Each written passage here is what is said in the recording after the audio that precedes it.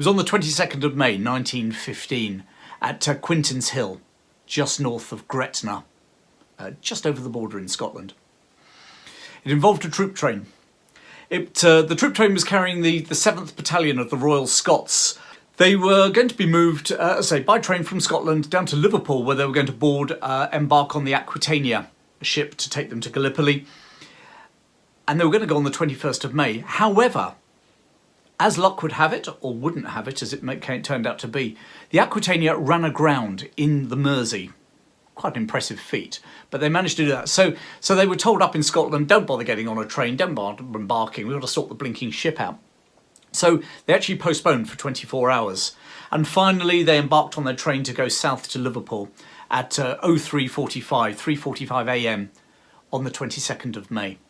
At 06:49, they were approaching from the north, they were coming south, they were coming towards Quintinshill. A passenger train had been heading north, but had been moved onto the southern track so that an express train could overtake it. There was a little siding which the train could get pushed up onto, but there was already a train on there, so they just let it idle on the southbound line.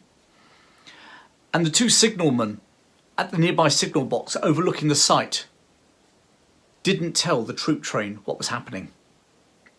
And so at 06:49, the troop train came straight into that stationary passenger train.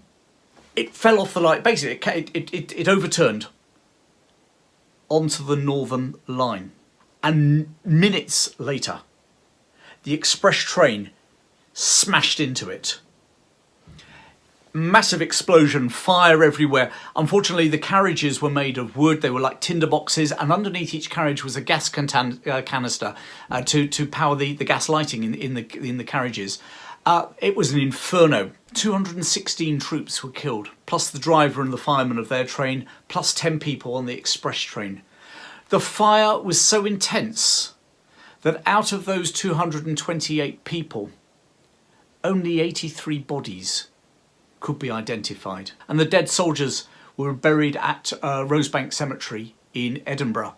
And a Celtic cross, stone cross, was erected there, which is still there to this day to be seen in their memory. Well, I hope you enjoyed that and found it interesting. Leave a comment in the box below. Tell me what you thought. Tell me what you'd love to hear about in the future.